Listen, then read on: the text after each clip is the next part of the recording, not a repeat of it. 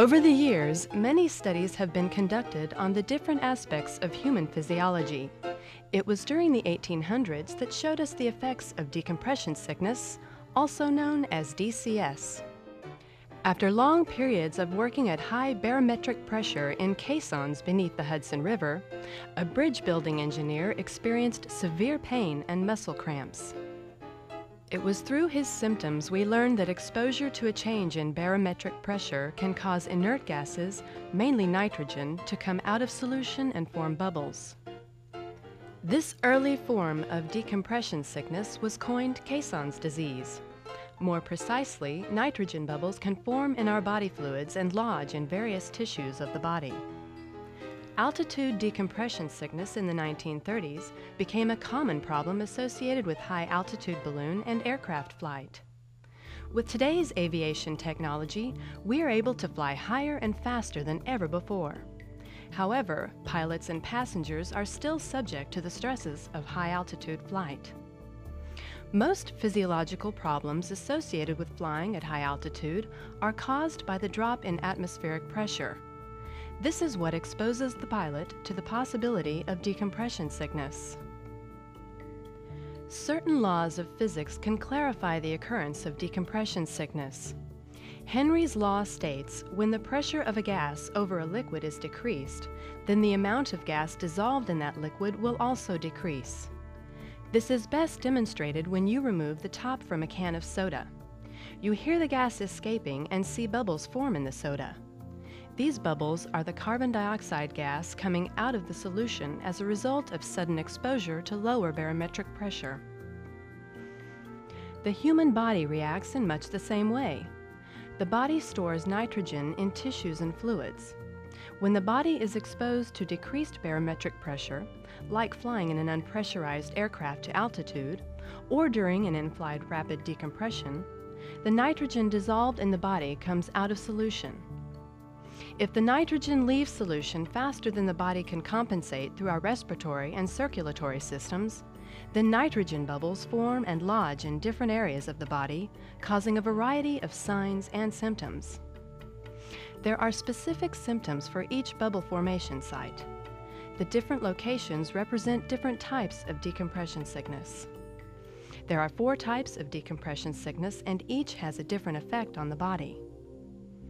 Bends is pain in and around the large joints of the body and is the most common type of decompression sickness in aviation. It's described as a localized deep pain aggravated by movement of the joint ranging from mild to excruciating. There is also evidence that bends, once experienced, may recur in the same location during subsequent exposures. Bends that persist during descent or reappear at ground level can be a serious condition if left untreated. Skin manifestations is another type of decompression sickness. Symptoms include tingling, itching, and cold or warm sensations. These symptoms are caused by the occurrence of bubbles localized under the skin. A mottled or marbled pattern may appear on the skin around the shoulders, upper chest, and abdomen. The chokes is a DCS term related to the chest and lungs. This is where the bubbles intrude on pulmonary vessels. Symptoms may include a burning sensation in the chest, progressing to pain associated with deep breathing. Later stages of this type of DCS involve feelings of suffocation. Although the chokes occur infrequently, the condition is quite serious and, if allowed to progress, can result in collapsing and unconsciousness. Neurological manifestations is another type of decompression sickness. This is a very serious type of decompression sickness and can result in death. It affects the nervous system, including the brain, spinal cord, and peripheral nerves. Some symptoms include headache, visual disturbances, unexplained fatigue, muscle weakness, or paralysis. Now, let's look at those factors that make you more susceptible to developing altitude-induced decompression sickness. There is no specific altitude that can be considered as an exposure threshold for decompression sickness, but here are some guidelines for aviators to consider. Most pilots have little risk of decompression sickness below 18,000 feet MSL, provided they have not been scuba diving within the last 24 hours. Most aviation cases of decompression sickness occur at or above 25,000 feet MSL. Repetitive exposure to altitudes above 18,000 feet within a short period of time increases the risk of developing decompression sickness. The faster the rate of ascent to altitude, the greater the risk. The longer you are at altitude, the greater the risk for decompression sickness. There appears to be some evidence that age increases the risk of decompression sickness. Research indicates that having a recent joint or limb injury may predispose an individual to developing the bends. Exposure to very cold temperatures increases the risk of decompression sickness. A high ratio of body fat increases the risk of developing decompression sickness. A person who is physically active while flying at 18,000 feet or above is at greater risk for decompression sickness. The after effects of alcohol consumption, such as dehydration, increase the susceptibility to decompression sickness. Scuba diving requires breathing air under increased atmospheric pressure. Under these conditions, the amount of nitrogen stored in the body increases. Enough time should be allowed to eliminate the excess nitrogen stored in the body. CAMI recommends 24 hours between scuba diving and flying. The following steps should be taken if there is a suspected case of decompression sickness. If available, go on 100% oxygen immediately. If possible, minimize movement of the affected part of the body. Declare an emergency and land as soon as possible.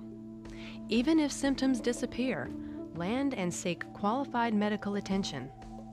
Continue to breathe 100% oxygen if possible. After landing, seek medical assistance from an FAA aviation medical examiner, a military flight surgeon, or a hyperbaric medicine specialist. Not all physicians are familiar with the handling of decompression sickness cases. Be your own advocate. Medical treatment may involve the use of a hyperbaric chamber, also known as a dive or compression chamber, operated by specially trained personnel. It is important to remember that decompression sickness can occur after you've returned to ground level. Familiarize yourself with your local aviation medical examiner and the availability of a hyperbaric chamber in your area of operations. To obtain information on hyperbaric facilities to treat decompression sickness emergencies, contact the Divers Alert Network, or DAN. Decompression sickness, also referred to as DCS, occurs when the body is exposed to a decreased barometric pressure and the nitrogen dissolved in the body comes out of solution and forms bubbles. There are 4 types of DCS: the bends, pain localized in large joints, skin manifestations, tingling, itching, and cold or warm skin sensation.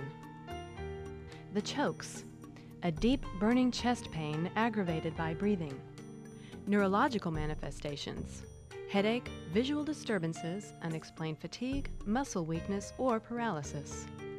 The factors that make you more susceptible to developing decompression sickness: exposure to high altitude, repetitive exposure to altitudes above 18,000 feet, high rate of ascent, prolonged time at altitude, age, previous injury, low ambient temperature, overweight, physical activity in flight, alcohol use, scuba diving before flying.